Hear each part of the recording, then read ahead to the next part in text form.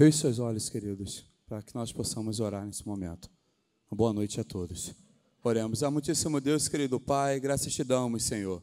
Muito obrigado, ó Pai, por essa oportunidade, ó Pai, oportunidade que nós temos, ó Deus, como o Senhor tem nos dado ao longo desses dias, ó Pai, e mais essa oportunidade única, ó Pai, de estarmos ouvindo, ó Deus, aquilo que Tu falaste ao coração do Teu servo, ó Pai, e o que o Teu servo vai trazer a todos nós, ó Pai. Ó Deus, que Tu possas, ó Pai, mais uma vez, ó Deus, descortinar os olhos, ó Pai, do Teu servo, ó Pai, para que ele possa, ó Deus, apresentar a nós a luz da Tua palavra. Amém. Ó Deus, que ele possa ser usado mais uma vez, ó Deus. É isso que nós te pedimos e te agradecemos, em nome de Jesus, amém. Amém. Boa noite. Graça e paz, paz e graça, louvado seja Deus. Obrigado, pastor Marcos, Navigation. Cadê o rei? Robson, Liberation, Lusitâneos. Valeu, Pedro Elásio. Skatista, Dodô. Eu peguei, o Dodô já foi embora. Aí, ontem eu chamei ele de Dodô, disse que o pessoal lá ficou, que isso, rapaz, Dodô e tal, pá. Ele falou que ficou ofendido, né, zoeira dele. Aí ele deu uma resposta que eu aprendi, falei, rapaz, que saída maravilhosa. Diz que o pessoal questionou, que negócio de Dodô? Ele falou, rapaz, o cara é maconheiro, velho. Maconheiro fala qualquer coisa. O Dodô ensina em todo tempo. Eu já peguei, vou voltar para a igreja, qualquer besteira que eu fizer, eu falo, gente, você me desculpa, eu sou maconheiro, pô. Como todo bom maconheiro, louvado seja Deus. Eu não mencionei, mas que fique registrado, tenho testemunhas. Naquela noite de quarta-feira, aquela tarde de quarta-feira, foi a última vez que eu botei droga na boca. Na quinta-feira de manhã, até hoje, nunca mais, uma gota de álcool, um trago, um teco, qualquer coisa, nada. Eu sei que tem gente que é no processo, mas comigo, pela graça, foi no ato, nunca mais. Louvado seja Deus. E aí, como todo bom maconheiro, se é que podemos dizer isso, ontem eu me esqueci de um negócio.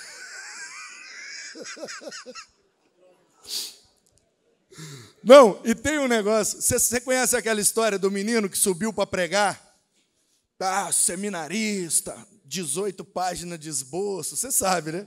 A diferença do pastor para o seminarista. Né? O pastor acha que sabe tudo, o seminarista tem certeza. Aí ele subiu igual um pavão, aí começou a pregar, foi se enrolando, se embolou todo.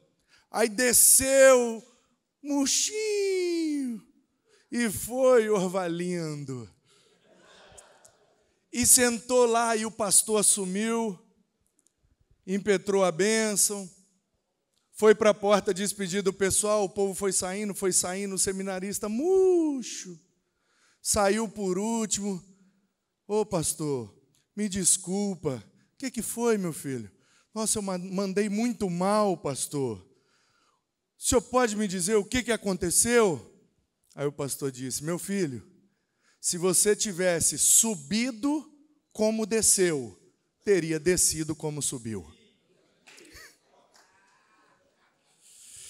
Então ontem, na hora que eu desci, nós choramos, né? Foi bonito. Eu mandei aquela poesia que é minha, inspirada no Gioia Júnior, mas é minha. É um rap, na verdade. É um rap. Sabia que eu canto rap? É muito aleatório, né? Um alemão careca, maconheiro, skatista e pastor, preletor, e de repente canta rap e anda de skate.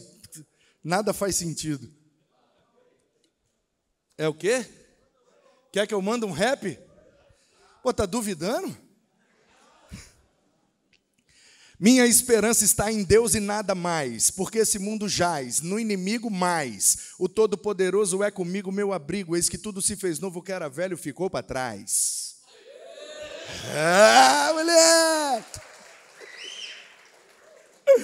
Minha vida se renova a cada dia, minha alegria é estar na tua presença, é essa crença que me basta, me contagia, somente a tua palavra é brisa que me alivia.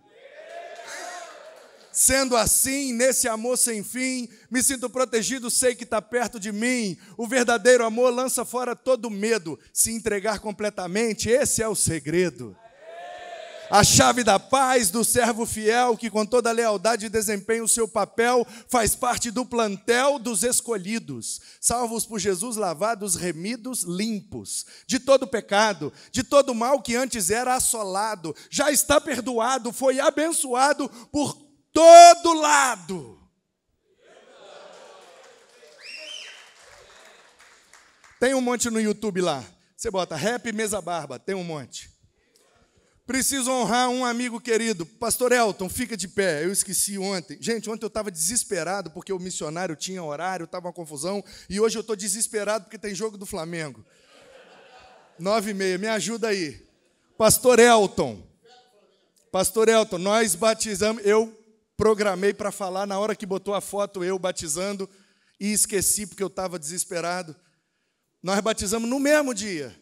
23 de maio de 99, eu e Elton, pastor Elton lá de Volta Redonda, cria da Central também, e está pastoreando agora em Santa Rita de Jacutinga, pertence ao Campo Mineiro, mas está com o pessoal dos amigos lá da Sul Fluminense. Elton, te amo, estamos juntos, bênção.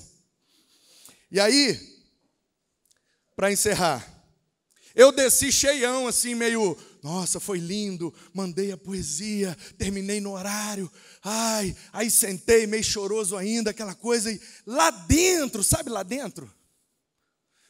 Acho que eu mandei bem. Eu acho que eu mandei bem. Aí levantei, o pessoal veio me abraçando, aí veio um cara com um caderninho na mão, e eu já saindo assim, mandei bem, mandei bem. Aí veio o irmão, pastor, o tópico 4 e o 5. Aí eu falei, o que tem? O senhor não falou. Falei, não? Ele falou, não, amor, fraternidade, firmeza, trabalho e Jesus, pastor. O senhor esqueceu 2 tópicos. Eu sou maconheiro, irmão. Aí, você sabe que Paulo diz que Deus, Jesus tem um espinhozinho, né? Tem um espinho. Toda vez que a gente começa a encher muito, ele vem. Então, queridos, temos que ter amor. Revisãozinha rapidíssima de ontem. Amar a Deus, amar a família, amar a Bíblia, amar a igreja. Tem que ser amigo, fraterno, bora fazer amizade, quanto mais é melhor. Firmeza é fazer o que é certo, não o que dá certo. Constância é fazer sempre. Água mole, pedra dura, tanto bate, só se bater no mesmo lugar. Se bater em vários lugares, não fura nunca. Constância. E abundância, fazer mais do que o necessário. A média é 7, a gente busca o 10. É a excelência que a gente busca o tempo inteiro. Porque quem está na média é medíocre. E Deus não nos chamou para mediocridade. Ele nos deu um espírito que é excelente para realizarmos para a glória dele excelentes coisas. Então, amor, fraternidade, firmeza, constância e abundância. Vamos trabalhar bastante e vamos deixar Jesus mandar e dar tudo certo. Me pediram também, eu não faria, por causa do tempo que é curto e pelo medo de passar uma imagem que não é o que me representa. Porque a gente, nem sempre, a gente está com a cabeça boa. Eu já tive em congresso com a cabeça ruim. E quando o preletor começou a dar exemplos, envolvendo ele mesmo, eu com a cabeça ruim achei que ele estava sendo soberbo. Mas depois eu descobri que não era soberbo, era eu que estava com a cabeça ruim. Então, nem sempre a gente está com a cabeça boa. E aí a gente interpreta uns negócios diferentes, por isso que eu não faria. Mas me pediram recorrentemente, então, pelas conversas e tal, falar um pouco do meu ministério, da igreja, né? Porque a maioria não me conhece mesmo, e aí, só para ter uma noção do pano de fundo da coisa. Pedrão, coloca aí, eu separei algumas fotos. Essa foto aqui é da Igreja Batista Guaranhuns, em Vila Velha, meu primeiro ministério. Eu só tenho 10 anos de ministério, tá, irmão?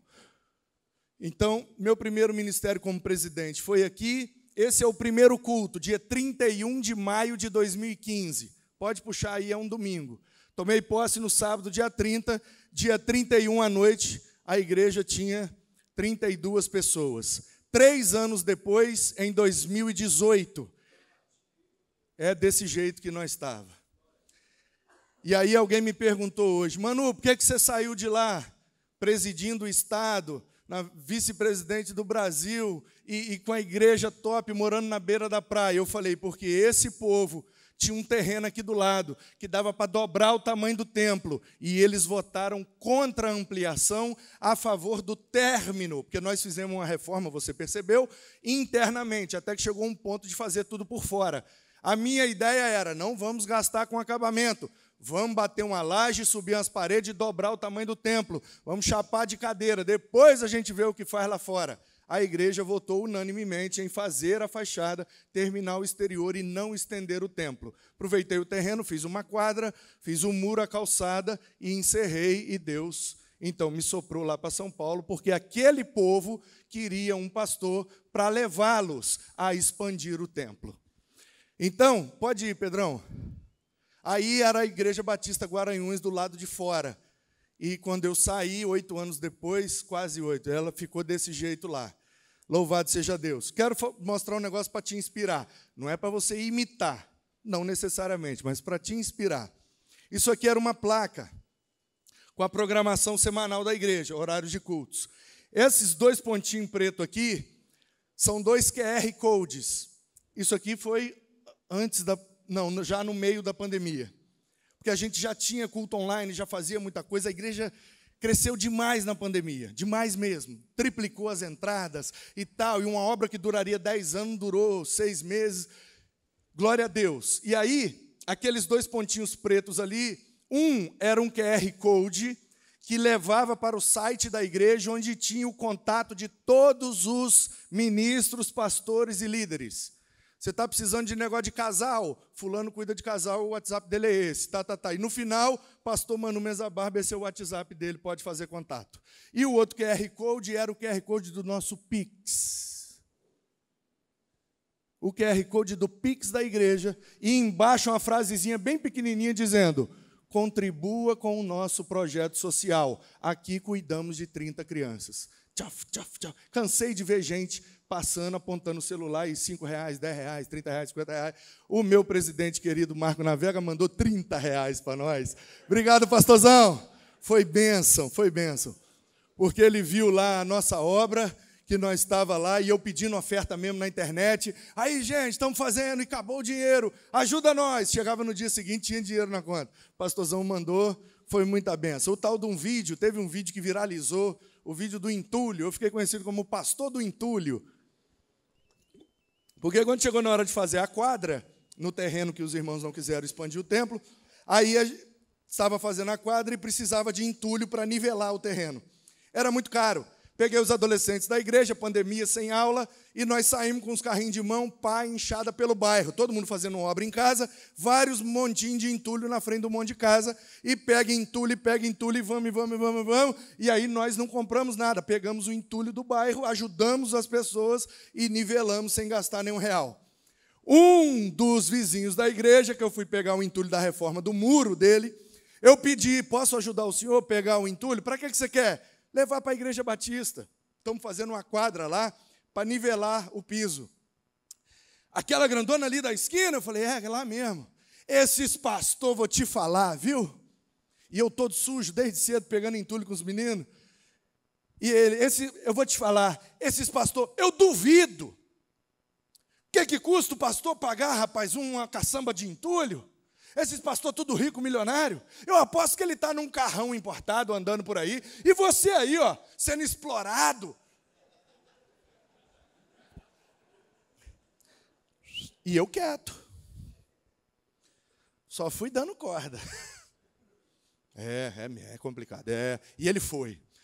Fala com ele lá, para ele trocar o carrão dele por esse carrinho aí, ó. O dia que eu ver um pastor com um carrinho de mão assim, aí eu vou ver se é um pastor de verdade mesmo. Muito prazer, Manu Mesa Barba, eu sou o pastor da igreja. Bombeiro, aposentado. Fui com os meninos viram a cena, chegaram na igreja rindo, contando para os pedreiros. Peguei o celular, gravei um vídeo na hora, porque a gente estava muito empolgado e foi muito engraçado. O vídeo viralizou no Facebook. E aí pegamos e voltamos com os carrinhos para pegar mais entulho. Quando eu estava passando, ele me chamou, me ofereceu um suco e me pediu perdão. Ô, pastor, você me perdoa. Que palavra infeliz que eu dei, viu? Você me perdoa. Eu perguntei ali para a dona Lígia e ela falou que o senhor é o pastor da igreja mesmo e que o senhor é um homem sério e que ajuda muitas crianças lá. E eu queria que o senhor me desculpa, porque foi muito infeliz minha fala. Falei, fica tranquilo, rapaz, fica em paz, está de boa. Vai lá fazer uma visita para nós, Deus abençoe. Aí ele, que não sei o quê. Eu falei, cara, você quer saber a verdade? Eu até concordo um pouco com você, eu te entendo perfeitamente. Tem muita gente que fez mesmo do ministério pastoral algo que pode ser falado dessa forma. Eu entendo mesmo, o senhor fica tranquilo, não me afetou em nada. Deus abençoe, obrigado. Esse cara foi ofertante do projeto social até quando eu estive lá. Provável que continue. Nunca foi num culto, mas pelo menos ajudava lá o projeto com a oferta dele. É isso, é essa igreja aí. Pode passar, Pedro? Como é que tá isso aqui, gente? Isso aí é a PIB Itaim. Gente aqui fora. No domingo. Gente aqui fora, quantidade de cadeira que teve que botar. Olha isso, gente. É a igreja que eu estou agora lá em São Olha Paulo. Isso, como é que tá isso? Primeira igreja batista no Itaim Aí. Paulista. Meu Deus, e o coral tá lá na frente, hein? Olha só, um coral lá na frente, não tem mais lugar. Aliás, não tem lugar já há muito tempo. Hoje Eu botou estava um na monte de porta cadeira. recebendo o pessoal. E foi chegando gente, pega a cadeira lá.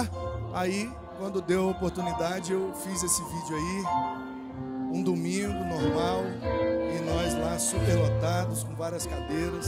Já estamos agora lá na iminência de abrir um terceiro culto no domingo. E avançar e ampliar. E louvado seja Deus. Pode passar, Pedro. Isso aí é o nosso ministério sinalizando o reino. São os surdos da PIB Itaim. Trabalho pioneiro em São Paulo com Libras. São vários, já batizei uma meia dúzia de surdos. É um ministério lindo, eles têm cultos, congressos, top demais. E nós estamos ampliando, pegando a líder do Ministério de Surdos, capacitando ela vai aposentar e nós vamos transformá-la em ministra de acessibilidade. Ela vai cuidar de surdos, de cegos, de qualquer tipo de dificuldade, de mobilidade. Vamos tornar a igreja toda acessível e também cuidar dos neurodivergentes. Já estamos lá em obra fazendo uma sala sensorial para quando os meninos atípicos se desorganizarem, leva para uma sala, tem lá algumas coisas que eles começam a brincar e fazer, e de repente eles se reorganizam e são levados de volta ao ambiente. Salas sensoriais. Já tem nos aeroportos, já tem em alguns shoppings, e a gente vai colocar lá na igreja e tem essa visão lá de acessibilidade. Passa, Pedrão. Acabou, não? Aí é nós andando de skate, é uma pista de skate que tem lá na igreja. E todo sábado tem 30, 40, 50 meninos lá, tem essa pista aí, fixa, e na quadra, ao lado, a gente coloca vários obstáculos. Na terça-feira tem basquete, na quinta tem futebol, na sexta tem vôlei, sábado tem embaixadores, e depois o skate. Isso aí é um basquete, ó. É um basquete rolando lá, e a gente, antes de começar o jogo, a gente ora, pergunta se eles têm motivos de oração, dá uma pequena palavra do Evangelho, divide os times e joga lá toda terça-feira. Isso aí é o nosso projeto, se você puder orar por nós, é desse jeito aí que a gente quer estar daqui a alguns anos. Essa aí é a minha família. Ana Paula, minha esposa, Manuzinho, meu filho biológico, 22 anos, e o Mateus, com 26 anos, nosso filho do coração, chegou para nós com 7 anos. Assim que nós chegamos em Guarapari, envolvido com liderança de juventude, levei os meninos na periferia para fazermos um trabalho com as crianças. Esse menino com 7 anos grudou na minha calça, tio, me leva, me leva, me leva, me leva. Fui lá ver com o pai dele, com a mãe, uma família totalmente desestruturada, periferia, situação complexa. E eu pedi à família e deixaram eu levá-lo para passar o final de semana comigo. E aí é o final de semana mais longo da história da humanidade. Ele está até hoje lá em casa. Pois é. Família do Mateus, a irmã mais velha engravidou com 11 anos. O irmão acima dele se declarou, né, com algumas ideologias e convicções muito complicadas, e nenhuma pessoa da família dele concluiu o ensino fundamental. Mateus concluiu o ensino médio, fez contabilidade, agora está fazendo administração lá em São Paulo, trabalhando numa fábrica de rebites, já está em namoro, em fase de início de noivado, se Deus quiser, ano que vem vai casar. Manuzinho está terminando faculdade de veterinária. Ana Paula é professora de biologia, largou 2 cadeiras no Espírito Santo, concursada pela fé, chegou em São Paulo, 18 anos que não abria concurso, na semana que a gente chegou, abriu um concurso, ela fez, passou, está trabalhando a metade e está ganhando o dobro. Aleluia! Glória a Deus. Então vamos para o que interessa, eu tenho que correr, porque o Mengão vai sacudir daqui a pouco. Queridos, ontem nós vimos 7 características de um pastor extraordinário. Amados irmãos, sejam firmes, constantes e abundantes na obra do Senhor. Agora quero perceber 11 características do pastor extraordinário num outro texto. Diz assim: dos gaditas foram a Davi a fortaleza no deserto homens valentes, de guerra, para pelejar com escudo e lança. O seu rosto era como de leões, ligeiros como corças sobre os montes. Ézer, o cabeça, Obadias, Eliabe, Mismana, Jeremias, Atai, Eliel, Joanã, Elzabade, Jeremias e Macbanai. Estes gaditas foram capitães do exército. O menor valia por 100 homens, o maior valia por 1000. São estes que passaram o Jordão no primeiro mês, quando transbordava por suas ribanceiras, e puseram em fuga todos os que habitavam nos vales, tanto no Oriente como no Ocidente. A gente conhece o contexto aqui. Davi está iniciando o reinado em Hebrom, os anciãos testificaram a unção de Samuel, e ele foi proclamado rei depois dos 2 anos de Isbosete, e agora o pessoal das tribos começa a se apresentar e dizer: estou aqui, meu rei, conta comigo. E o escritor está narrando de cada tribo o pessoal que se apresentou e qual era a área que ia ajudar. Da tribo de Gade vieram 11 homens e disseram: meu rei, nós estamos aqui para guerrear, o nosso negócio é guerra e conta com a gente, estamos juntos. Pois bem, pode ser que eu me surpreenda aqui à noite. Eu já rodei muita igreja, irmão. Já tem 25 anos que eu rodo pregando, dando testemunho, e muita igreja. Eu nunca vi. Se você tem na sua igreja, por favor, vai ser ótimo achar. Eu nunca vi um menino crente em nossas igrejas chamado Gade. Alguém aqui tem um menino, um membro, um idoso na sua igreja que chama Gade? Continua a minha tese. Por isso que a primeira característica de um pastor extraordinário é que ele sabe lidar com o anonimato. Os gaditas foram os mais relevantes no início do reinado de Davi, e ninguém nem lembra deles. Eu já vi Melquisedeque, eu já vi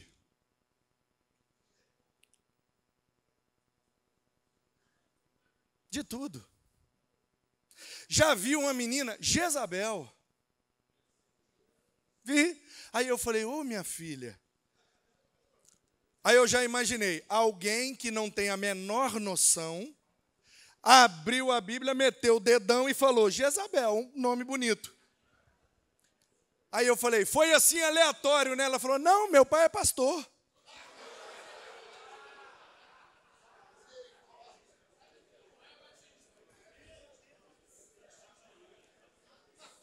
Aí, diante de Deus, eu estava pregando no Refipa, retiro de filho de pastor, a menina Jezabel. Eu imaginei, aí filho de pastor agora, mas antes não. Aí ela falou: e você quer conhecer outra, pastor? Ô, Nínive, vem cá.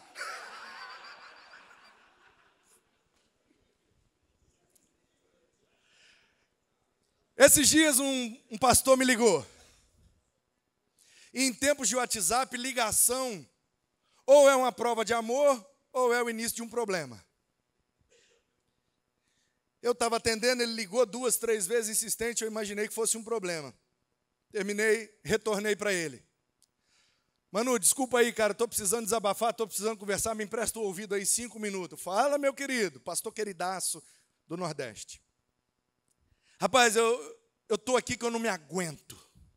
Manu, não tem condição, cara. Eu quieto ouvindo.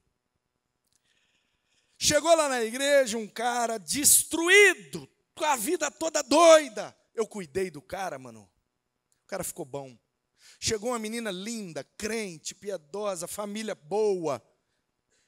Apresentei os dois, eles casaram, mano. Cuidei deles, fiz o casamento.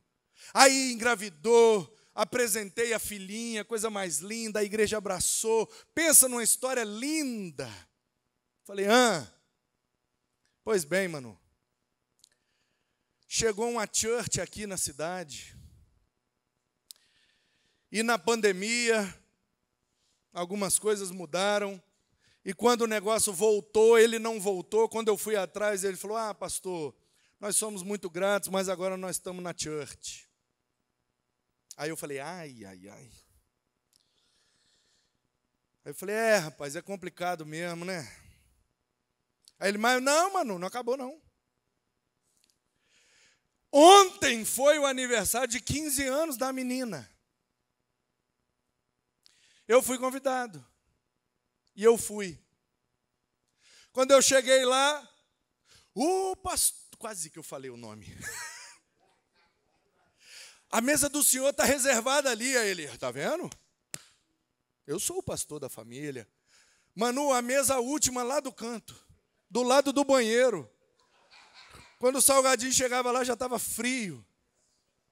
Fiquei lá, eu e minha esposa sozinho, e o povo tudo conversando, todo mundo entrosado, aquela coisa. E um cara moreno, pintoso, elegante, e todo mundo conversava com aquele cara e tal. Eu falei, o que é aquele cara? Imaginei que era um político. Aí começou a cerimônia, daqui a pouco o menino falou, agora eu quero chamar o meu pastor, que me ajudou demais, que é uma bênção na minha vida. E lá, ele falou, Manu, eu já fui abotoando o paletó e levantando. Ele falou, pastor fulano de tal, o elegante bonito veio. Manu, o cara era bonito mesmo. Aí eu sentei, boca seca, gosto amargo, minha esposa já baixou a cabeça, e o cara pegou e pregou 40 minutos, Manu, sem pé nem cabeça, e o povo tudo chorando. E o menino abraçava ele, e a menina chorava e abraçava, não é meu pastor, é meu pai. Manu, aquilo virou uma tortura. E o negócio não acabava. E parecia que tinha um canivete enferrujado me furando. Manu, que desespero que me deu, Manu, o negócio acabou. O cara sequer citou meu nome. Manu, eu não sei o que é que eu faço, me ajuda, pelo amor de Deus, eu estou destruído.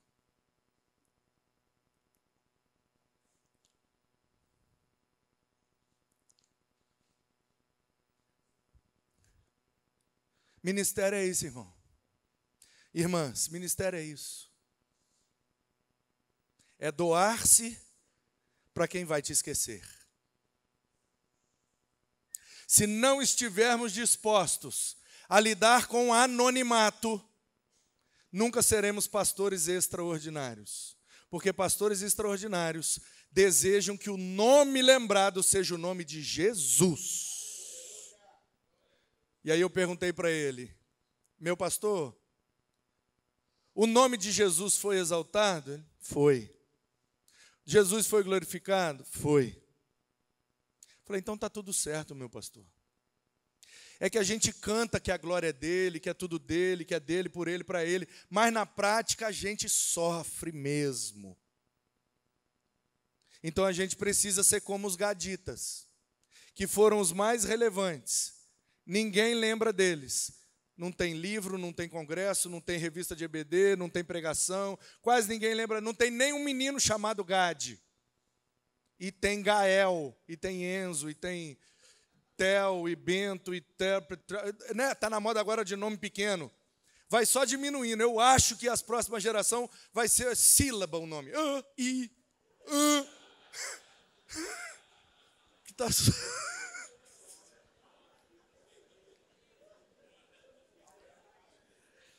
Quando começou essa moda, eu confesso. Quando começou essa moda, eu falei, alguém vai descobrir Gade. E agora vai começar a surgir os Gade.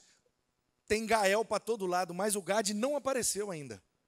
Então você, pastor, ajuda nós em nome de Jesus. Sugere o pessoal que está grávido lá. Fala, bota o Gade. Olha que nome bonito, pequeno, está na moda, Gade. Os gaditas chegaram lá em Hebron e disseram, Davi, nós estamos aqui. O que é que vocês sabem fazer? Nós sabemos fazer guerra. Qual é a motivação de vocês? Pelo rei e pelo reino. O senhor pode contar com a gente, Davi. Nós temos escudo e lança. O nosso negócio é guerra. Pelo rei e pelo reino. Essa é a nossa motivação. Portanto, meus queridos, se nós estivermos com o nosso coração nisso, a gente pode ser esquecido e não vai nos fazer falta, desde que o rei seja exaltado e o reino seja expandido.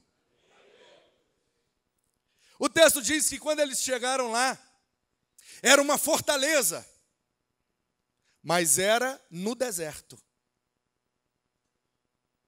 Era uma fortaleza no deserto. Eu acho que essa, até hoje, que eu achei, é a melhor figura que define ministério pastoral. É uma fortaleza, mas é no deserto. Estamos protegidos, mas o negócio é árido. Nada nos derruba, mas a gente sofre. É uma fortaleza, mas é no deserto. De vez em quando, um suspiro panorâmico, deserto. De vez em quando, uma dopaminazinha e volta para o vale. Força no deserto. É assim que vive um pastor extraordinário. Eu tinha um amigo, eu fui durante um tempo skatista, profissional mesmo. Vivi 4 anos como skatista profissional, de 99 a 2002. E eu tinha um amigo, ele está até hoje em São Paulo, e ele anda todo dia lá no Vale do Anhangabaú. Ele é profissional. Mas não é profissional de competição, porque existe essa modalidade chamada o street skate, que eles transformaram numa modalidade imitando os obstáculos naturais da rua, mas existe um mercado, existe um nicho do mercado, que é os caras que só andam na rua mesmo. E aí eles tiram foto e filmam, e é esses que andam na rua que tem mais moral com os skatistas. Vocês dão moral para o campeonato que passa na TV. Nós damos moral para o cara que desce o corrimão lá do condomínio, que a polícia estava atrás dele para prender, e ele acertou a manobra e conseguiu fugir da polícia. Nós damos moral é para ele. Skatista. Não tenta entender, não. O nome dele é Marcelo, o apelido dele é Formiguinha. Ele anda todo dia no Vale do Anhangabaú. Eu estava novo lá, recém-chegado, assinei contrato, felizão, bora! Aí cheguei e ia cumprimentar a galera, porque quando você chega tem que falar com todo mundo. Quem chega, que fala, e aí, beleza, beleza, beleza. E aí, tudo bem? Beleza, beleza, fulano, beleza, fulano. O Formiguinha, ele sempre faz assim, ó. Ele bota um polegar para cima e outro para baixo. Fala, beleza! Esses dias eu fui lá, levei meu filho para conhecer o Vale do Anhangabaú, porque tem um cara que andou de skate, éramos da mesma equipe, ele saiu do skate, entrou para o hip hop e é um cantor de hip hop muito respeitado pela nova geração, letras inteligentíssimas. E ele, meu amigão, meu filho fã dele, eu falei, vou te levar para conhecer. Aí foi um momento de glória, aí meu brother, meu amigo. Aí meu filho, caraca, pai. Aí, eu falei com a minha esposa, com a minha sobrinha, com o meu filho assim, ó, aquele Black Power ali é o Formiguinha. Eu vou gritar, beleza, ele vai fazer assim. E aí, formiga, beleza? Aí ele fez assim, e olhou, fez assim e olhou. Aí eu fui chegando perto, tá conhecendo não? Ele, mano, desculpa aí. É, rapaz, é o Palmito da Snowway. Aí ele, caraca, Palmito, gordão aí. Cadê seu cabelo, velho? Aí começou a chamar os caras. Ó o Palmito, virou um roliço.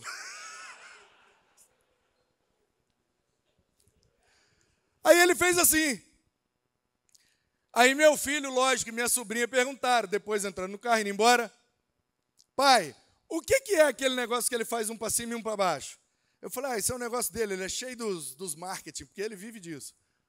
O que ele quer dizer ali é o seguinte, tá ruim, mas tá bom. 100% nunca vai estar, mas tá bom.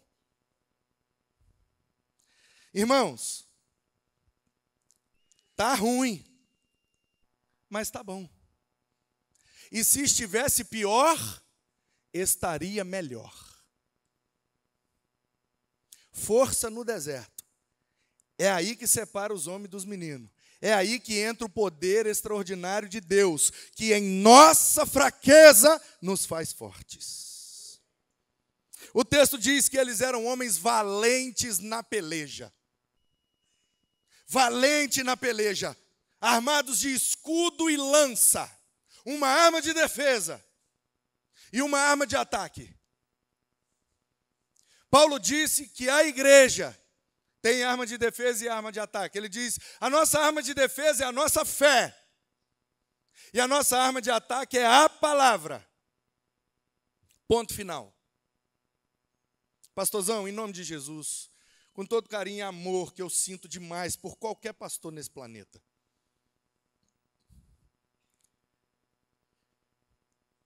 Não se defenda, não. Livrinho do Tozer, né?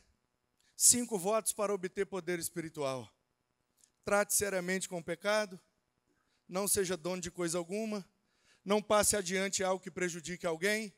Não aceite qualquer glória. Eu inverti a ordem propositalmente. E nunca se defenda. Pai, não sabe o que fazem.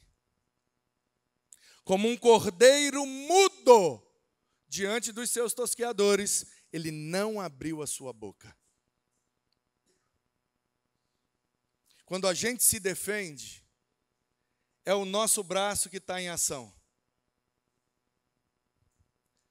Quando a gente usa a arma que nós temos, que é a nossa fé, é o braço do Senhor que entra em ação.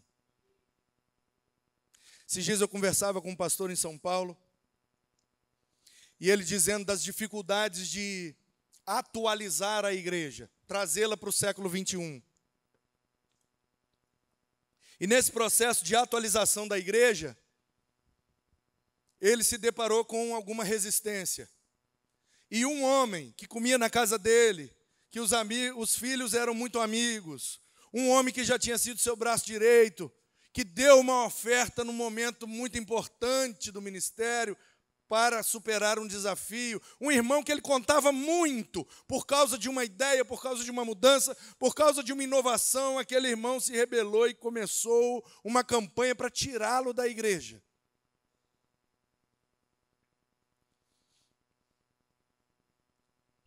E ele disse, Manu,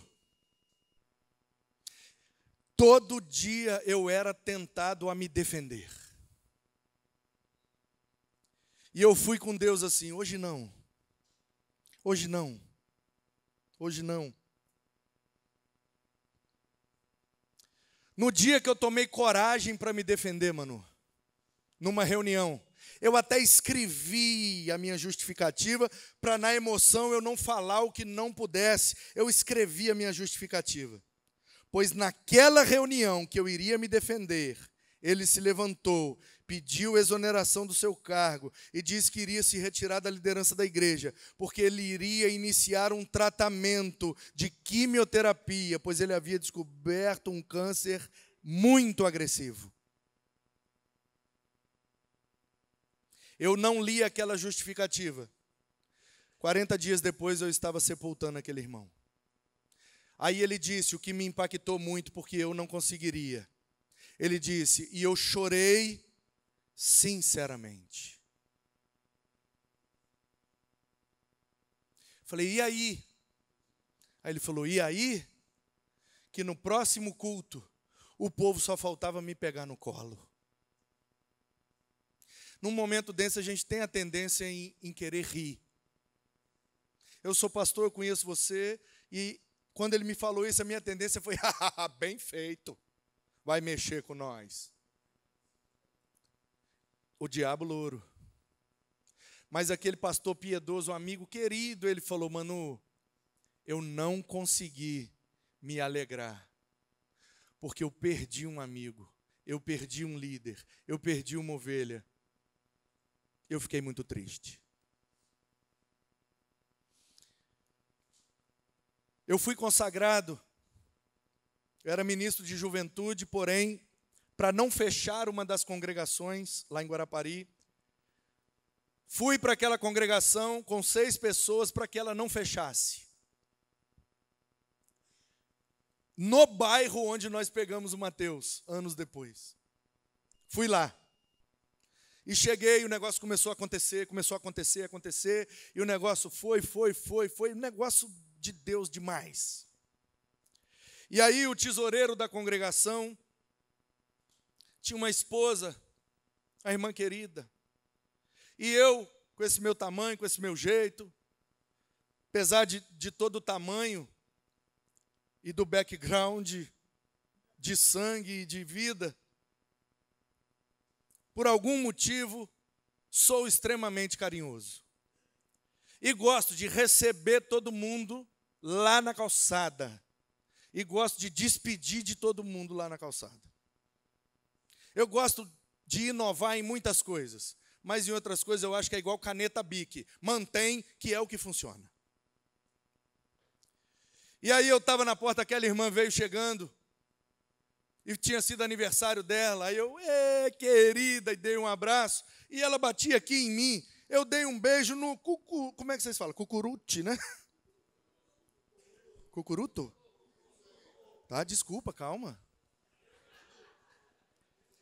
Aí ele saindo do carro e vindo, viu aquele beijo, aqui, ó. E daquela noite em diante, ele começou uma campanha para me tirar da congregação, com o discurso de que eu era um pastor beijoqueiro, e que eu queria beijar a mulher dos outros. O pessoal veio me perguntar, e ninguém ainda me chamava de pastor, era só o início, era Manuzão. Manuzão, fulano aí está dizendo, não sei o quê, nananana. Que história é essa de beijo? Eu falei, foi beijo aqui, irmãos. Cucuruto. Aí o pessoal, igual... Falei, lá na porta, irmãos, na porta da igreja, quando você chega, não é isso? Eles falaram, é. Falei, é disso que ele está falando. Não acredito. Vamos levar para a igreja mãe, vamos fazer alguma coisa. Quem tem que sair é ele. Eu falei, não, deixa quieto. Deixa quieto. E ele, quanto mais ele fazia, eu sangrava, eu chorava, batizando gente, a igreja crescendo, mas o problema é que eu beijei o cucuruto da mulher dele.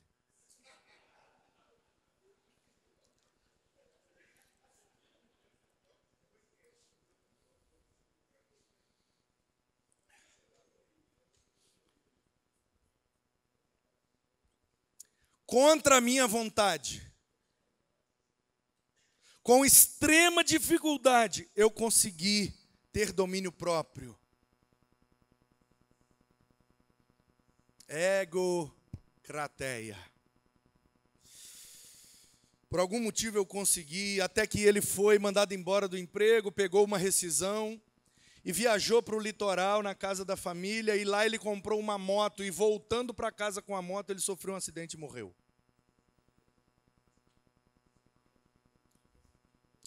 Foi triste. Deixou um menino adolescente, o outro criança, a esposa sem emprego. E nós fomos lá, fizemos o sepultamento. E àquela altura, uma cunhada dele, irmã da que eu beijei, tinha tomado da mão dele o bastão e ela já estava puxando a rebelião para me tirar lá da congregação. Fizemos o sepultamento, eu olhava para ela no cantinho, emburrada, não estava conseguindo nem chorar. Fizemos, abraçamos a família, ajudamos, fizemos o papel da igreja, ok, a vida seguiu. Algum tempo depois, essa menina está lá no Dodô, pena que ele não está aqui para confirmar. Que eles mudaram para Campos e agora congregam lá. Eu dormindo 2 horas da manhã, toco o interfone. Brrr, aquele negócio louco. O que é isso, gente? Que é isso? Que é isso? Ao invés de correr lá na cozinha para atender o interfone, eu corri na janela do quarto, que é o primeiro andar, eu já via lá embaixo. Eu já saí e olhei. Quando eu olhei, vi o carro deles. O cara encostado no carro, meio que desesperado, sem conseguir controlar a mulher. E ela lá com o dedo no interfone. Brrr. Falei, meu Deus do céu, o que é isso? Acordei minha esposa e falei, minha filha, ora, por favor, ora. O quê? A fulana está aí. 2 horas da manhã, só ora, por favor. Fui lá, desci, abri, pode entrar. Não quer. Entra. Os vizinhos já acendendo luz, abrindo janela. Entrou. Fechei a porta, minha esposa veio para a sala. Aquela menina caiu de joelho na sala da nossa casa, lá na praia de Piracanga, em Guarapari. E gritava, como se a vida dela dependesse daquilo. Ela dizia, eu não quero morrer. Pelo amor de Deus, me perdoa, eu não quero morrer. Aí eu nem fiz a associação no início, calma, o que foi? E o marido, coitado, sem saber o que fazer, a minha esposa foi lá, pegou uma alma, calma, senta, O que aconteceu? Eu estava dormindo e tive um sonho. Sonhei que eu cheguei no céu. Anjo, Jesus veio ao meu encontro, não parecia, mas eu tinha certeza que era Jesus, e ele veio e falou, seja bem-vinda. Aí eu falei, você é Jesus? Ele disse, sou. Onde é que eu estou? Você está no céu. Eu morri? Morreu. Por quê? Você está perseguindo o meu servo. Diante de Deus, irmãos. Ela me contou o sonho e falou, eu preciso, por favor, Manuzão, em nome de Jesus, me perdoa, eu não quero morrer. Falei, você está perdoada, minha querida. Nos abraçamos, choramos. Ela contou tudo que havia feito para me prejudicar. Nós oramos, nos abraçamos. Aquela menina se tornou a minha maior ajudadora no ministério. E hoje está lá com o Dodô, uma bênção. Está lá naquele negócio novo lá, e ela é do louvor lá. O Dodô sabe quem é. A nossa arma de defesa é a nossa fé, não a nossa língua. Quem nos defende é Deus. E se for para atacar, que seja com a espada da palavra. Não sobre a palavra, nem citando a palavra, mas a própria palavra. Ela ataca e não as nossas convicções. Porque tem gente que tem convicção absoluta, tem gente que tem convicção obsoleta. A gente precisa repensar algumas convicções. Algumas são absolutas, outras são obsoletas. E o texto diz que eles eram armados de escudo e lança e tinham cara de leão. Provavelmente por conta do jeito que eles guerreavam. Nossa, os caras parecem uns leão. E aqui a gente tem algumas abordagens. Cara de leão pode comunicar para a gente essa coisa renhida, guerreira, proativa, disposição. Vamos para cima! Se você precisa disso, que o Espírito aplique isso no seu coração.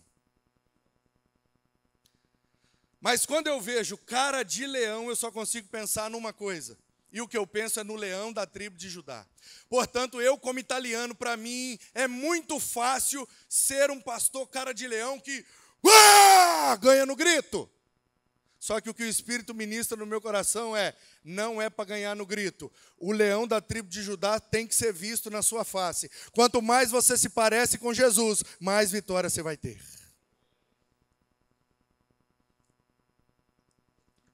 O texto diz que eles eram ligeiros como corças sobre os montes. Coisa linda. A gente não tem corça, gazela, veado. Não é do nosso convívio esse tipo de animal. Mas a gente tem o cabrito. E lá em Tombos, quando eu era criança, hoje em dia não mais, tinha grande criação de cabrito. E na cachoeira de Tombos, que é a coisa mais linda, paredão de pedra, de vez em quando a gente nadando lá na cachoeira, via uns cabritos pendurados naquelas pedras, e a gente não sabia como é que aquele bicho equilibra. É a mesma coisa. Esse tipo de animal, eles têm essa facilidade de subir a pedra, de escalar, e é assim que eles fogem dos seus predadores. O predador vem, ele sobe a pedra. O predador não consegue ir atrás. É por isso que uma vida de oração é característica de um pastor extraordinário. Porque quando o predador vem, o que é que o pastor extraordinário faz? Ligeiro, como corças, sobe o monte. Nós vamos para o joelho. Nós vamos para o pé da cruz. É para lá que a gente corre. É a Ele que a gente busca. Porque só Ele pode nos proteger das ciladas, dos dardos. O predador está rosnando, bramindo como leão ao derredor. Mas o leão está nos protegendo, pois Ele é a nossa fortaleza. O texto diz que eles eram 11. Diz, Ézer, o cabeça. E vem o nome dos 10. O líder e os liderados. O cabeça, o Rosh. O líder. Isso aqui é muito impactante para mim. O líder chamava Ézer. Ainda bem que o Ezequias foi embora, porque certamente ele me repreenderia por causa da aplicação alegórica que farei agora. Problema meu. Depois eu me viro com ele. Mas isso salta do texto e eu não consigo falar para você o que eu vi. E o que eu vi é, o líder chama Ézer. O que é Ézer em hebraico? Quando criou a mulher, a chamou de Ézer Kinegdo, a ajudadora idônea. O funcionário do Abraão, Deus, né? É minha ajuda. Ézer. Quando Samuel teve aquela vitória extraordinária contra os filisteus, ele pegou aquela pedra e fez dela um monumento. Eben-Ezer, a pedra da ajuda, porque até aqui, entre Mispa e Sem, o Senhor nos ajudou. O líder se chamava Ajuda.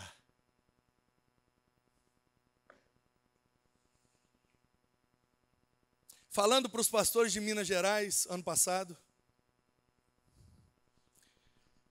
não na academia pastoral, que foi ano retrasado, mas para a sessão, uma outra programação.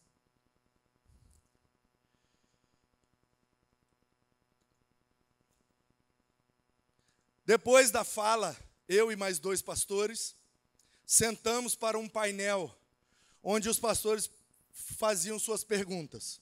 No primeiro dia, a gente percebeu que a pastorada estava muito acanhada, muito tímida.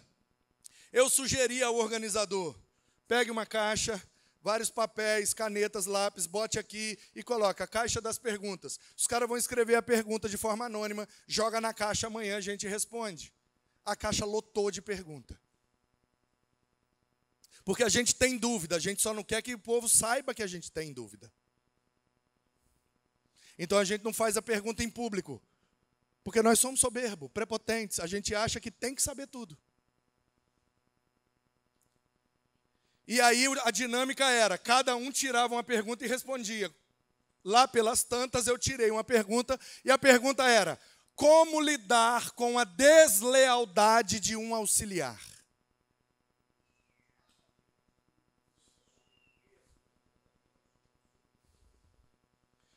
E eu preciso confessar meu pecado, dentro de um parêntese. Eu amei esse negócio de gritar ovelha para os caras.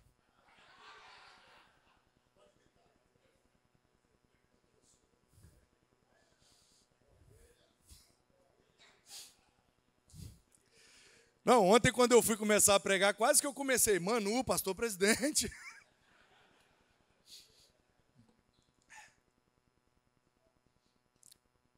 A minha resposta foi a seguinte. Eu não sei quem foi o pastorzão que fez a pergunta, mas eu também já sofri disso aqui. Eu investi, eu ajudei, eu fiz de tudo. E sofri uma deslealdade. E o final daquele processo de deslealdade que me machucou muito, também foi um grande professor e eu pude aprender bastante. E a principal lição que eu aprendi com aquela deslealdade é que eu não conhecia direito o meu auxiliar e eu não estava comunicando na linguagem de amor dele. Eu achava que estava fazendo bem e ele estava recebendo como mal. Quem errou no fim das contas fui eu.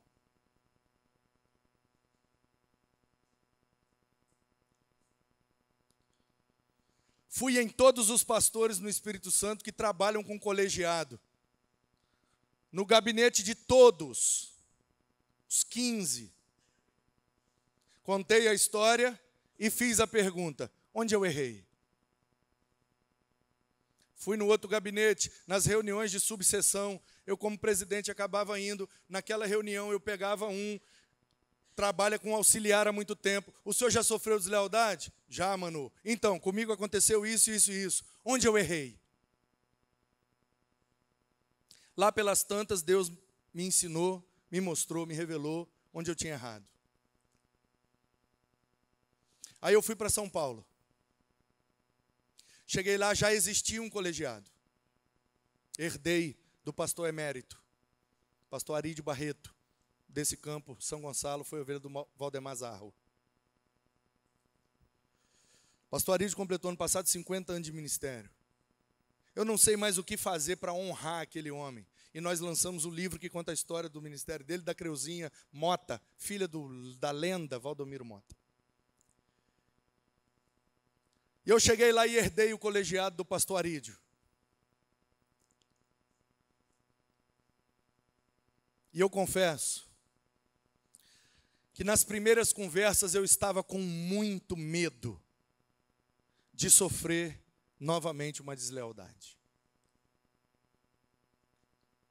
Porque cachorro que é mordido por cobra fica com medo até de linguiça.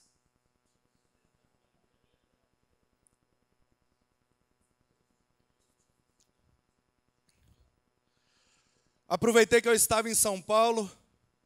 E pertinho de mim tem um pastor que trabalha com uma equipe muito grande há muitos anos. E eu fui lá e fiz a mesma coisa, contei a história e perguntei, onde eu errei? E aquele pastor falou comigo, você errou porque ele era seu auxiliar. Falei, eu era o presidente, titular, e ele o auxiliar. Ovelha! Aquele pastor, que eu só não vou citar porque não tem autorização, mas gostaria muito para honrá-lo. Ele olhou no meu olho e disse assim, o dia que você for o auxiliar deles, eles não vão ser desleais. Eu reuni o colegiado.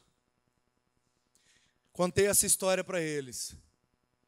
E falei, eu quero em nome de Jesus que vocês me ajudem.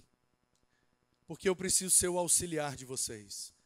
Você precisa de ferramenta, eu vou providenciar. Você precisa de dinheiro, eu vou dar um jeito. O que é que você precisa? Fala comigo, eu estou aqui para auxiliar vocês. O jogo inverte e a gente minimiza demais esse problema. O nome do líder era Ezer. Nós lideramos para ajudar os nossos liderados, conduzi-los, ajudando para que eles sejam melhores do que nós. Como disse o Winston Churchill, liderar é a arte de pedir ajuda a quem é melhor que você. Um líder que serve é característica de um pastor extraordinário. Um líder que sabe trabalhar em equipe. Tinha o líder, Ezer, e depois fala 10 liderados. Era uma equipe. Não era uma equipe. Porque eu conheço pastores que têm equipe. É um polvo, não é um corpo. Com muitos membros. É um polvo. Ele é o cabeça. E a equipe são os tentáculos. Tentáculos dele. Não é equipe, é equipe. Trabalhando com a nossa igreja, levando ela para o século 21 com algumas inovações, aprovado pela igreja em nosso planejamento. Nós dividimos lá, fizemos essa dicotomia de organismo e organização. Tudo explicadinho, tudo desenhadinho. Daqui a pouco, depois do jogo do Flamengo, no telão de LED lá, eu vou estar lá, porque eu tenho que esperar até 2 horas da manhã, que o Wilson vai me pegar e me levar para o aeroporto. Porque 5 horas eu vou para São Paulo, descendo lá, quase 7, eu vou pegar direto às 8 um avião para BH. Que amanhã, até segunda-feira, meu compromisso é lá em Minas. E eu só volto para São Paulo na terça. Não vou nem sair do aeroporto, só vou trocar de portão e vamos embora. E eu tenho que ir nesse primeiro voo por causa do horário lá. Então eu tenho que ficar acordado até 2 horas da manhã esperando o Wilson chegar. O que é que eu vou fazer? Não falta semente ao que semeio, eu vou fazer o que mais me dá prazer. Eu vou plugar meu tablet no telão de LED e quem quiser ficar trocando uma ideia comigo até 2 horas da manhã sobre ministério, estamos juntos, é isso mesmo.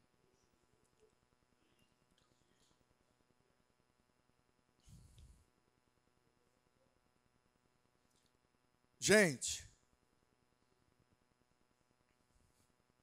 não é equipe. Separando o organismo e organização lá na PIB Itaim, aprovado pela igreja, já em percurso, até 2030, para fazer todas as atualizações que decidimos. Na organização eu sou o presidente, no organismo eu sou ministro da palavra. Estou na mesma prateleira que a ministra de missões, que o ministro de adoração, a ministra de novas gerações, a ministra de acessibilidade, o ministro de adoração. Todos os ministros estão na mesma prateleira. Aqui eu sou presidente, aqui tem hierarquia, que é uma organização. Aqui eu sou mais um ministro. Estamos todos na mesma prateleira, porque na lista de dons não existe hierarquia. O texto diz que era uma equipe. E diz, o menor valia por 100, o maior valia por 1000. Autoconhecimento é uma característica de um pastor extraordinário. Ele sabe exatamente quem ele é e quais são as suas capacidades e vocação. E ele não deseja o que é dos outros. O menor valia por 100, o maior valia por 1000. Os eruditos aqui bifurcam. Tem uma turma que diz, valer por 100 significa liderava 100. Usando como argumento o fato de que eles eram capitães do exército. Uma outra turma de eruditos acha que valer por 1000 tinha capacidade de matar 1000. Eu não sei se era liderar ou se era matar. O que eu sei é que Deus criou uns gaditas para 100 e uns gaditas para 1000. E está tudo bem. Porque a gente tem a impressão, porque nós somos megalomaníacos, de que o cara de 100, quando quer ser de 1000, ele quebra a cara. Mas o contrário também é verdade. Quando um cara que nasceu para 1000 quer ser de 100 pelo comodismo e preguiça, ele também quebra a cara. Se nasceu para 100 é 100, se nasceu para 1000 é 1000. E eu não estou falando de tamanho de igreja, que essa nossa cabeça ruim quando fala em número só pensa nisso. Pode ser relevância, pode ser qualquer escala de medição, não precisa ser tamanho. Pastor, em nome de Jesus, se liberta disso. Não importa se a igreja é grande, importa que seja uma grande igreja. Se ela sair dali vai fazer falta, vai. Então está tudo bem, não importa o rol de membros. Porque tem gigantescas que se sair ninguém nem lembra que existiu. A grandeza de uma igreja não é medida pela quantidade de membros, mas pela relevância onde ela está plantada. Porém, o texto diz, uns para 100, uns para 1000. Eu preciso me conhecer. Senhor, eu sou de 100, eu sou de 1000. Me ajuda a não pensar em 100 membros e 1000 membros, porque eu sou pastor e minha cabeça é doida. Eu sou para quê, meu Deus? Eu nasci para quê? Eu preciso me conhecer, porque senão eu começo a exigir de mim coisa que eu não nasci para fazer. Irmãos, eu tinha uma crise terrível. O meu chamado se deu lá na Central, num culto missionário. Mas eu jamais imaginava que eu ia ser pastor, porque a minha referência de pastor era Nilson de Másio, e eu não me via daquele jeito. Eu falava, nada isso, deve ser missões, eu vou lá para falar com os skatistas. E toda vez que ia missionário na igreja, eu saía da igreja um caco, chegava em casa e não conseguia dormir. Eu achava que eu não era nem crente. Porque os caras falavam, eu fui lá para tal lugar e larguei tudo. Um casal lá da nossa igreja, Pipitaim, está lá na Guiné. Gente, pelo amor de Deus, o cara veterinário, a mulher dentista, a vida maravilhosa, eles largaram tudo e foram passar fome lá. Meu Deus do céu.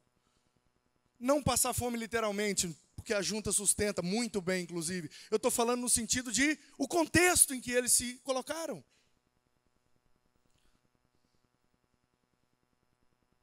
E eu, toda vez que eu via isso, eu ficava, eu não tenho coragem.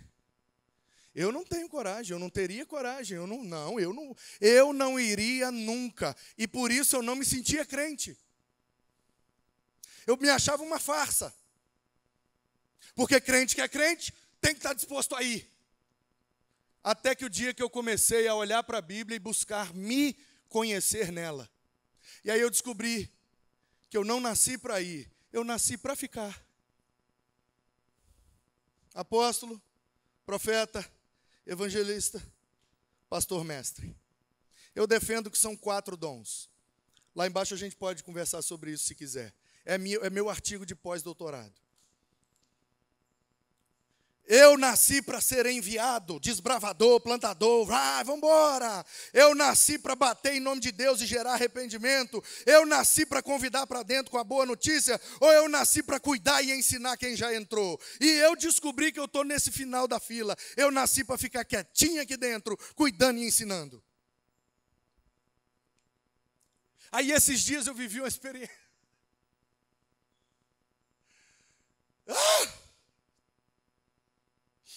Nesse encontro lá de Minas, alguém fez uma pergunta e eu precisei explicar esse negócio de Efésios 4:11. E eu vivi uma experiência maravilhosa. E eu disse lá, o dia que acontecer isso, eu vou fazer e vai ser desse jeito. Não tem nem 2 meses, se realizou a profecia.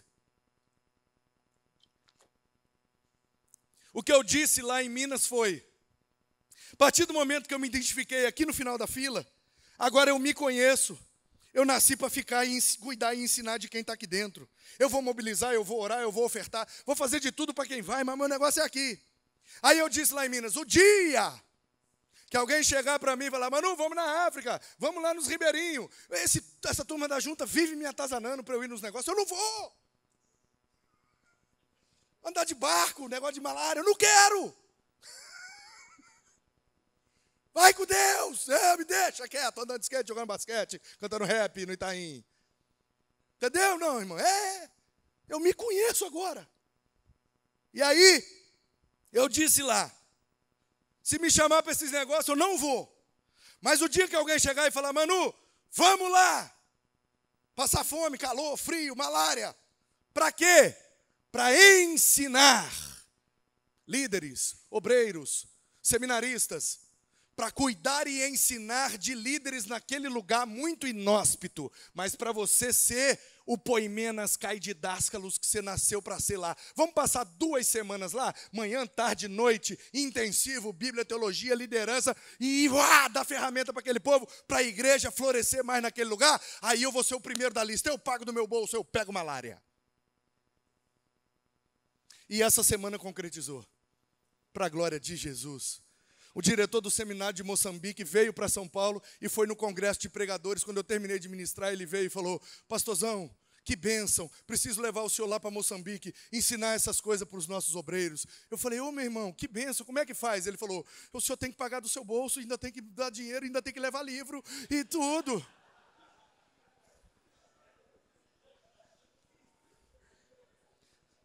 Qual foi minha resposta? Sabe o que eu prometi para aquele pastor na presença de 2 pastores? Eu não acreditei que eu faria isso. Ô, Jesus é muito doido, velho. Eu tenho 3.000 livros na minha biblioteca, que está encaixotada, porque o gabinete da PIB Itaim nem cabe os livros. Estamos lá fazendo um projeto, a sala sensorial e o novo gabinete, e já está tudo planejado e projetado, bibliotecona com os livros, só para servir de cenário de vídeo.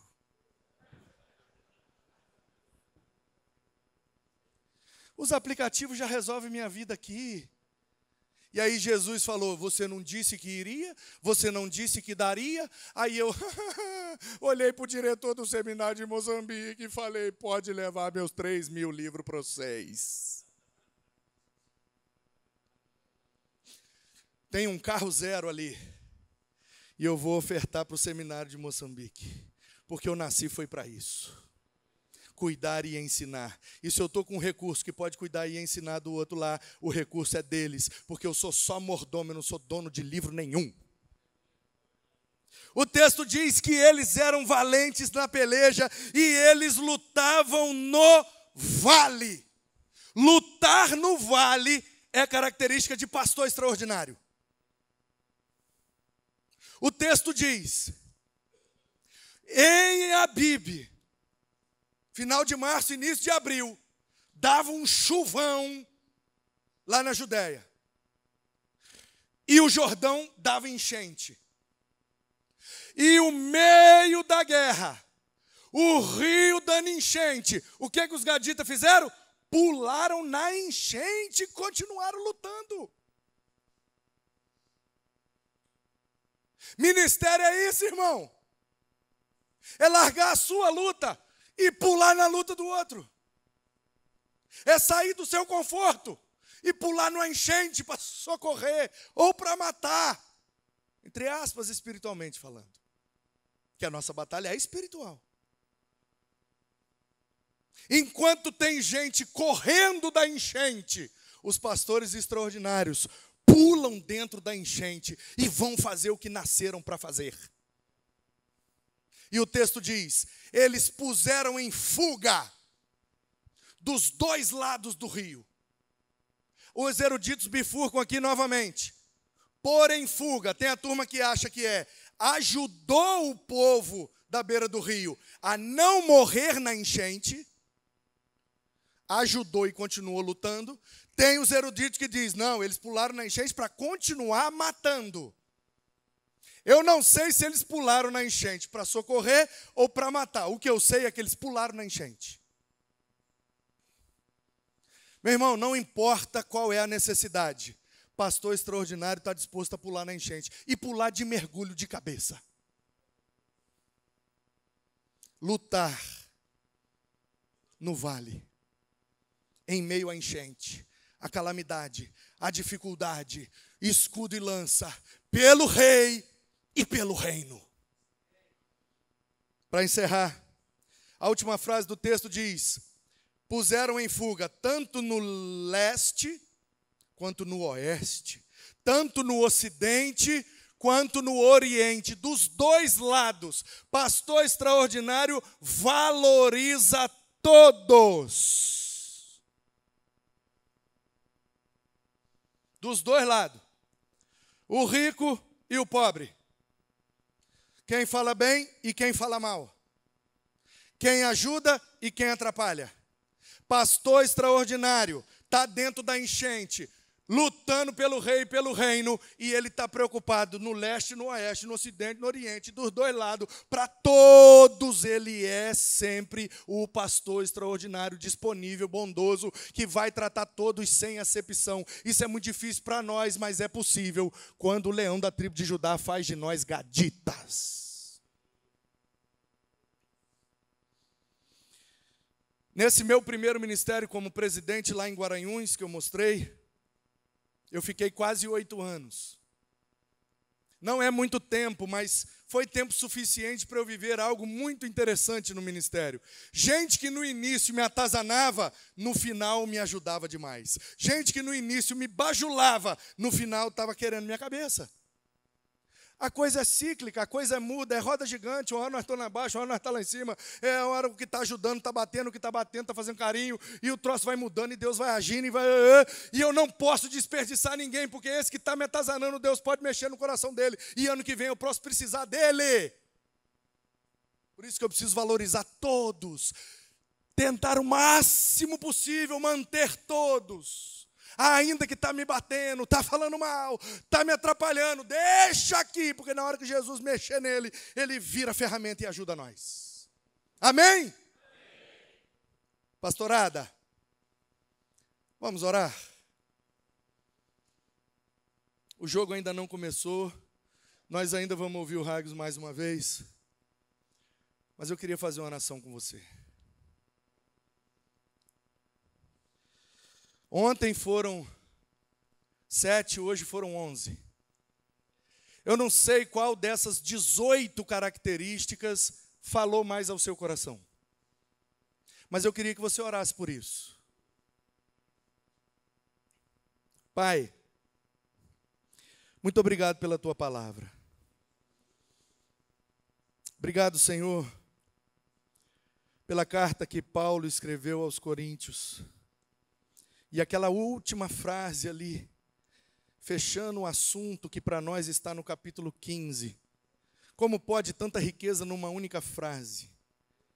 Que sejamos pastores amorosos, fraternos, firmes, constantes, abundantes, trabalhadores e cristocêntricos. Que sejamos como os gaditas, valentes, guerreiros, ligeiro para subir o monte. Que sejamos cara de leão, que a face de Cristo resplandeça em nossa face. Que usemos as nossas armas espirituais, o escudo da fé e a espada do Espírito. Que possamos nos conhecer, como é importante, Senhor, o autoconhecimento. Saber quem eu sou. Quais são minhas fraquezas? Para que eu nasci? Como é importante, Senhor, estar disposto a pular na enchente, lutar no vale. Quantas vezes foram nessas lutas, nos vales sombrios, onde o Senhor nos ensinou as melhores lições e onde nós mais crescemos e amadurecemos. A gente sai de todo vale mais parecido com Jesus. E que o Senhor nos ajude a não fazer acepção de ninguém. Sermos líderes que ajudam. Ézer. Não um líder que quer dar ordem, mas que quer dar suporte. E que a gente valorize todos. Até os que nos batem, até os que nos denigrem, até os que todos são importantes. Quem está atrapalhando a gente não é do diabo.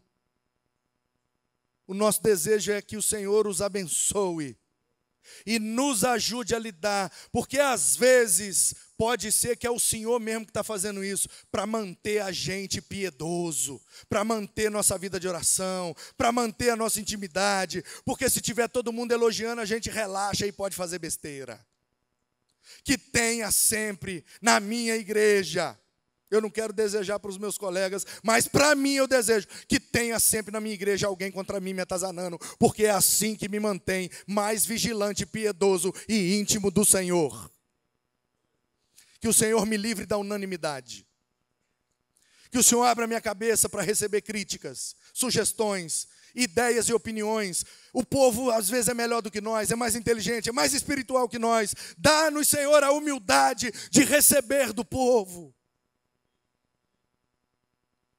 Que sejamos gaditas. E que o nosso lema, ao voltar para as nossas igrejas, seja somente este: pelo Rei e pelo reino. Pelo Rei e pelo reino.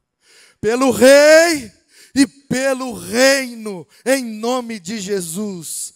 Amém. Louvado seja Deus.